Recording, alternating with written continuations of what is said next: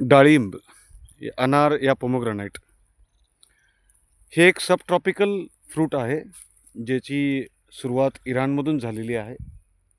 आता भारतामध्ये सुद्धा बऱ्याचशा क्षेत्रामध्ये हे फळ घेतलं जातं.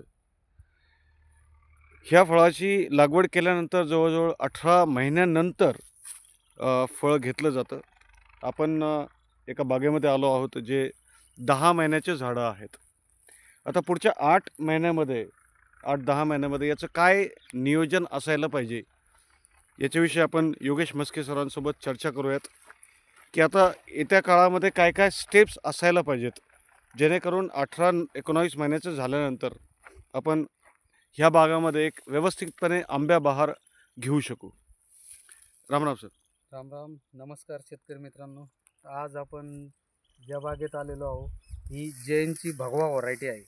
या बागेला लागवड करून एक 10 महिने झालेले आणि ह्या बागेमध्ये आता आपण बघतोय एक 10 महिन्यामध्ये एकदम ही जास्त भारी नाही आणि जास्त हलकी पण नाही, मध्यम स्वरूपाची जमीन आहे. अशा जमिनीमध्ये ही लागवड झालेली. आता या जमिनीमध्ये मुख्यतः जमिनीतून रोगाचा प्रादुर्भाव जास्त असतो. म्हणजे जड जमीन, मध्यम जमीन. आता या जमिनीत पावसाळ्यामध्ये थोडं पाणी धरलं जातं आणि शक्यतो डाळिंब पीक असं आहे ज्याला निचरा होणारी जमीन लागते. आता या जमिनीमध्ये पाणी धरलं जातं, मग याला रूटचे प्रॉब्लेम, जे मुळांवरती जे येणारे रोग असतात, त्याच्यामध्ये मर असो, सड असो, निमॅटोड असो, वेगवेगळ्या प्रकारचे रोग डाळिंबामध्ये किंवा कुठल्याही फळबागेमध्ये येत असतात.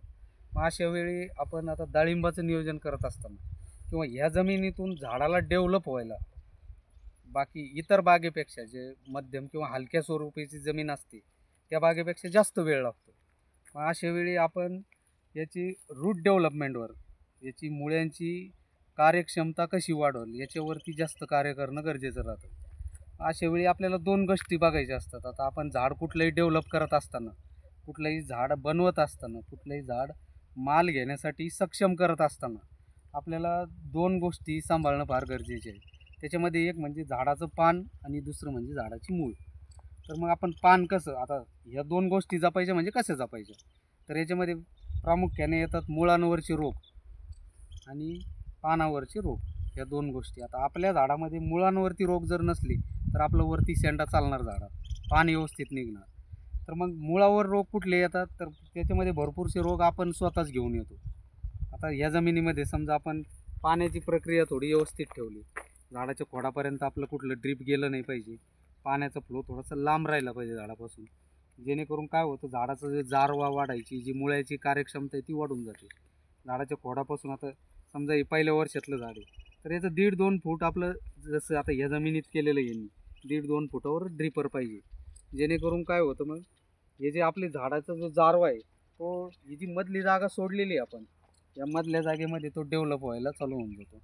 आणि झाडाच्या खोडाजवळ आता जिथं पाणी आणि मातीचा संपर्क होणार, तिथं रोगांचे प्रादुर्भाव चालू होऊन जातो. मग अशा ठिकाणी जर खोडाजवळ कुठला संपर्क आला नाही पाण्याचा, तर मग तिथले झाडाची जी झाडाला धरून ठेवणाऱ्या मुळे असतात त्या व्यवस्थित राहतात. मग आता मर सड ह्या रोगापासून आपण तिथून वाचू शकतो. राहिला विषय दुसरा, हे आपण मुळ्यांचे अशी कार्यक्षमता वाढू शकतो. याच्यासोबत आपण हा जारवा वाढवण्यासाठी काही लिक्विड स्वरूपात ह्युमिक येतं, पोटॅशियम ह्युमेट, असे अनेक प्रकारचे जे पांढरे मूळ डेव्हलपमेंटला वेगवेगळी लिक्विड बाजारात उपलब्ध आहे. आपण व्यवस्थित लिक्विड बघून ते सोडू शकतात. त्यानंतर एक 2 ते 3 महिन्यात, आता ह्या जमिनीत समजा 1.5 ते 2 महिन्यामध्ये मुळ्यांसाठी ट्रीटमेंट व्हायला पाहिजे. कोणत्या पद्धतीची, जेणेकरून मुळ्यावरती सड मर यासारखे रोग येणार नाही. मग अशा वेळी आपण थोडंसं थंडीचा पिरियड असला तर ट्रायकोसुडोसारखं देऊ शकतो किंवा मग नीमार्क वापरू शकतो आपण जमिनीतून, क्लोरो पण देऊ शकतो आपण अशा वेळी. मग अशा या पद्धतीत जर आपण मुळ्याची डेव्हलपमेंट करत राहिलो तर आपलं झाड व्यवस्थित चालतं. याचबरोबर आपण जेव्हा अमावस्या पौर्णिमा यावेळी अंड्याची सायकल चालू असते, रसशोषक किडी म्हणा, हे जी आपली आळीची याची सायकल चालू असते, तर या 15 दिवसाला आपण वरतून स्प्रे ठेवणं पण फार गरजेचं असतं. याचसोबत शेतकरी मित्रांनो, आपण ज्यावेळेस बाग लावतो त्यावेळेस आता ह्या बागातून आपल्याला आउटपुट काही मिळणार नाही, पण झाडं बनत राहतील, तर मग आपल्याला आपल्या खिशातून किंवा इतर उत्पादनातून त्याच्यात खर्च टाकायचा आहे. मग अशा वेळी आपण याला आता वॉटर सोल्युबल देत असतो, अनेक मायक्रोन्यूट्रियन्स देत असतो. मग अशा सोबत आपण याला थोडंसं आपल्या रासायनिक पद्धतीनं स्लरी वगैरे, ज्याला आपण शेणखत मिक्स करून त्याच्यानंतर गावरान गाईचं गोमूत्र, काही डाळीचे पदार्थ त्याच्यामध्ये असतात, ज्याचं सडवून हे करून 2-3 दिवसात स्लरी टाईप बनवून आपण त्याचे जमिनीतून देऊ शकतो. म्हणजे त्यांना पण आपल्या जमिनीतली ग्रोथ वाढून जाते, अजून सेंद्रिय कर्ब मिळून जातात.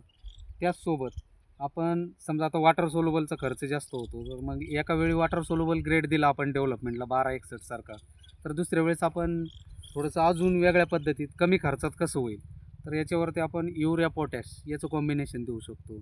आपण एकरी 5 किलो युरिया आणि 3 ते 4 किलो पोटॅश. पोटॅश आपला विरघळत नाही लवकर, तर मग पोटॅश आदल्या दिवशी भिजू घालून सुती कपड्याने गाळून त्याचं पाणी काढून आणि त्याच्यासोबत युरिया 5 किलो 200 लिटर पाण्यामध्ये एकरी जर सोडून दिला आपण, तर त्यामधून पण आपल्याला जे पाहिजे ते मुख्य अन्नद्रव्याची भर निघून जाते. राहिला विषय फॉस्फरसचा, तर फॉस्फरसचा आपण वॉटर सोल्युबल ग्रेडमधून आपण 1261, 05234 याच्यातून आपण फॉस्फरस लेवल काढीत वाढू शकतो. जर या पद्धतीत आपण नियोजन करत राहिलो तर खर्चही कमी होतो आणि ज्याला ऑर्गॅनिक पद्धत म्हणता येईल. आता हे समजा युरिया पोटॅश हे आपलं फर्टिकेशनमध्ये झालं, परंतु स्लरी वगैरे ह्या ऑर्गॅनिक पद्धतीत झाल्या. तर ह्या ऑर्गॅनिक पद्धतीत काही वेळे आपण गूळ पण देऊ शकतो.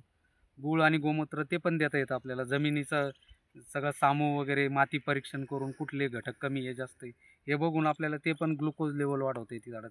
अशा पद्धतीत आपण एक एक नियोजन करत गेलो तर याच्यासोबत काय होतं, आपल्या झाडातली मालकडी वाढून जाते. आणि जेवढी पोटॅश फॉस्फरस लेवल आपण फर्टिकेशनमधून फर्टिलायझरमधून ती ड्रीपमधून म्हणा किंवा स्प्रेमधून म्हणा जशी आपण वाढत जाऊ, तशी आपली ही मालकाडी जी असते ती परिपक्व होत चालते. आणि जसं काडी आणि खोड बनत राहील आपलं, तसं आपला झाडाचा विस्तार वाढत राहतो. आणि राहिला विषय रस शोषक किडीचा, जे पानं आपले शेंडा, आता इथं बघा शेंडा थोडा मुरजलेला आहे, इथं थ्रिप्सचा अटॅक आहे, मावाचा अटॅक आहे, चिकटा आलेला आहे. मग अशा ठिकाणी आपण याच्यासाठी थोडंसं निमार्क म्हणा, क्लोरो म्हणा यासारखे गॅस पॉयझन म्हणा, कारण आपण डेव्हलपमेंटमध्ये कमी खर्चात आपल्याला कसं हे करता येईल, झाड डेव्हलप करता येईल, या पद्धतीत आपण नियोजन केलं तर मग आपलं ते झाड कमी खर्चात व्यवस्थित बनत राहतं आणि झाडाला रूटिंग चालू होते. परत याचसोबत आता या झाडात बघताय तुम्ही भरपूरशा ठिकाणी आपण आता शेंडा तर निघतोय थोड्याफार प्रमाणात, पण कळी पण भरपूर ठिकाणी काढलेली. मग आपण वेळोवेळी आपल्याला जोपर्यंत बहार पकडायचं नाही, आता आपण शक्यतो 16 ते 18 महिन्यामध्ये डाळिंब धरायला येतात. तुम्ही जर त्याला सुरुवातीपासून व्यवस्थित नियोजनात असाल, त्याला वेळोवेळी थोडंफार खाद्य देत, आता ड्रीपमधून खतं देणं, त्याचसोबत काही रासायनिक डोस 3 महिन्याला 4 महिन्याला हलक्या स्वरूपात का होईना पण रासायनिक डोस या सवयी झाडाला लावणं गरजेचं आहे. यासोबत स्प्रेमधून, कारण झाडाला 2 ठिकाणून अन्नद्रव्य मिळतं. जोपर्यंत तुमचं पान फ्रेश राहत नाही तोपर्यंत प्रकाश संश्लेषण क्रिया होत नाही, झाडामध्ये अन्न निर्मिती होत नाही. मग अशा वेळी तुम्हाला पानं व्यवस्थित ठेवायचे, मुळे व्यवस्थित ठेवायचे आणि इथून 2 ठिकाणूनच तुमचं अन्नद्रव्य झाडामध्ये घेतलं जाणार आहे. तर मग ह्या 2 गोष्टी जपल्या तर आपलं झाड आपोआप डेव्हलप होतं. मग अशा वेळी आता हे बघा, भरपूरशा ठिकाणी तुम्हाला भरपूरशा झाडावर कळी निघलेली दिसते. मग वेळोवेळी ही जी कळी निघते हिला स्टॉप करणं गरजेचं आहे. निघते तर हिला आपण जर तोडत राहिलो, आता ही कळी तोडून टाकत राहिली तर झाडातला जो रस ओढणं चालू आहे या कळीचा तो बंद होऊन जातो आणि झाडाची मागची काडी मॅच्युअर्ड होत चालते, स्टोअर होत चालते. इकडं जे झाडाला डायव्हर्टेशन होतं झाडाचं, हे जे अन्नद्रव्य ओढायचं काम चालू आहे हे बंद होऊन जातं आणि झाडाची काडी मागं मजबूत होत चालते. तर वेळोवेळी शेतकरी मित्रांनो हे गरजेचं आहे.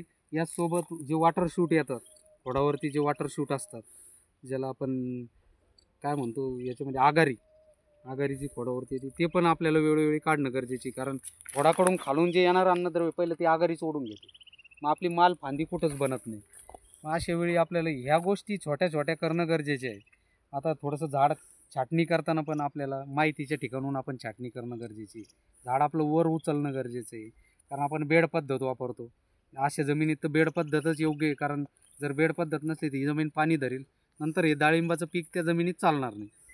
मग अशा वेळी तुम्ही जेवढं झाड वर उचलाल तेवढं झाडाचा पाण्याचा निचरा मधल्या भागात होऊन जाईल. म्हणून बेड पद्धत करणं फार गरजेचं आहे. हलक्या जमिनीमध्ये बेड पद्धत नसली तरी चालून जातं, पण ह्या जमिनीत बेड पद्धत करणं गरजेचं आहे. शेतकरी मित्रांनो वेळोवेळी या गोष्टी करा, छोट्या छोट्या गोष्टी, पण त्या वेळोवेळी झाल्या तरच आपल्याला त्याचे आउटपुट्स पुढं दिसतात. अजून काही रोडे सर? आता हे नरकळी आणि मादी कळी, आता जसं हा तर 10 महिन्याचा आहे, तर यामुळं याच्यामध्ये किती नरकळी मादी कळी आहे हा आपल्याला मोठा प्रश्न नाही आहे. परंतु जे 18 महिन्यानंतरचे असतात, जिथं आपल्याला प्रॉपर पॉलिनेशन करायचं असतं, तर आपण 10 महिन्यापासूनच असं काही नियोजन करावं का जिथं मादी कळी जास्त निघेल? हा तर चांगला प्रश्न विचारला सर. तुम्हाला मी अगोदरच बोलण्यातून सांगून गेलो. जोपर्यंत तुमच्या झाडामध्ये माल काडी वाढत नाही, काडीची मॅच्युरिटी वाढत नाही, काडीत ताकद वाढत नाही, तोपर्यंत तुमच्या झाडामध्ये फळ काढण्याची क्षमता कमी असते. मग आता डाळिंबामध्ये 2 प्रकारचे फळं निघतात. एक तर नर निघतो आणि दुसरी मादी. हे 2 प्रकारे फुलात निघणारे. तर मग आता ही जी नर असतो तो गळून जाणार असतो आणि मादी आपली सेटिंग होणारी असते. तर मग तुम्ही जर काडीमध्ये फॉस्फरस पोटॅश लेवल, काडी तुमची मॅच्युरिटी वाढली, खोडातली ताकद वाढली, झाड तुमचं सशक्त असलं, तर अशा ठिकाणी तुमचा 60-40चा रेशो होऊन जातो. म्हणजे तुमच्या बागेमध्ये 60% मादी निघते आणि 40% नर निघतो. तर मग या 60%मध्ये तुम्हाला 10 ते 15%च मादी तुम्ही सेटिंग केली तरी तुमच्या बागेमध्ये भरपूरसा माल होऊन जातो. तर मग या पद्धतीत नियोजन केलं आपण. आपली काडी बनवली, झाडाचा घेरा बनवला, झाडाचं खोड मजबूत बनवलं आणि याच्यासाठी तुम्हाला पोटॅश लेवल, फॉस्फरस लेवल झाडामध्ये वाढवणं गरजेचं आहे. यासोबत नत्रसुद्धा देणं गरजेचं आहे, ज्याला युरिया म्हणतो आपण. वेळोवेळी नत्र पण जेवढं काही मुळ्या अन्नद्रव्य वर पाठवतात त्याचं वहनीकरणाचं काम नत्र करत असतो झाडामध्ये, कुठल्याही झाडामध्ये. म्हणून आपल्याला नत्रसुद्धा वेळोवेळी देणं गरजेचं असतं. तर या पद्धतीत आपण जर ह्या लेवल सांभाळल्या झाडातल्या तर कुठल्याही झाडाला ग्रोथ व्हायला वेळ लागत नाही. ते डाळिंब असो, मोसंबी असो, कुठलीही फळबाग असो, आपण हे जे सूत्र असतात ते वेळोवेळी सांभाळणं गरजेचं आहे. ते वेळोवेळी जर आपण सांभाळलं तर आपलं झाड व्यवस्थित होऊन जातं आणि पाहिजे त्या पद्धतीत आपल्याला माल त्याच्यावरती घेता येतो. आता आपण बऱ्याचशा ठिकाणी बघतो हलक्या जमिनीमध्ये 15 ते 16 महिन्यामध्ये डाळिंब धरायला येतात. हलक्या जमिनीमध्ये झाडाची ग्रोथ फास्ट होऊन जाते.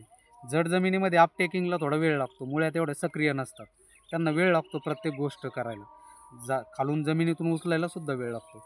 मग अशा वेळी आपण बाजारात भरपूरसे आपल्याला असे औषधी मिळतात जेणेकरून त्या मुळ्याला थोडीशी मदत होते. अन्नद्रव्य उचलण्यासाठी जमिनीत पडलेले जे घटक असतात ते उचलून झाडाला वर पोहोचवण्याला. तर वेळोवेळी आपण ते महिना 2 महिन्यातून द्यायला पाहिजे, जेणेकरून जी कमतरता अन्नद्रव्याची झाडामध्ये भासते ती भरून निघेल. धन्यवाद मस्के साहेब. धन्यवाद शेतकरी मित्रांनो. हा जो प्लॉट आपल्याला डेव्हलप करायचा आहे, हा प्लॉट आपण डेव्हलप करत करत आपण शेतकऱ्यांना या प्लॉटसोबत जसं जसं आपलं डेव्हलपमेंट चालू राहील, महिना 15 दिवसाला जशी जशी ट्रीटमेंट चालू राहील तशी तशी आपण व्हिडिओ बनत चालू, जेणेकरून ज्यांचे प्लॉट डेव्हलपला आहेत डाळिंबाचे त्यांच्याही लक्षात येईल कमी खर्चात कसं आपण डेव्हलपमेंट करू. कारण आपल्याला कुठल्याच गोष्टीचा अतिरेक करायचा नाही.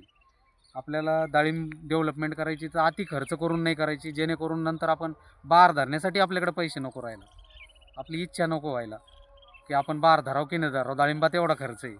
तर असं नको. शेतकऱ्यांना नियोजन करा. नियोजन केल्याशिवाय कुठलीही फळबाग सक्सेस होऊ शकत नाही. आणि त्या नियोजनासाठी तुम्हाला कमी खर्चात नियोजन कसं करता येईल याचं पण मार्गदर्शन घ्या. चालन. धन्यवाद. धन्यवाद शेतकरी मित्रांनो. धन्यवाद रोडे सर. धन्यवाद योगेश.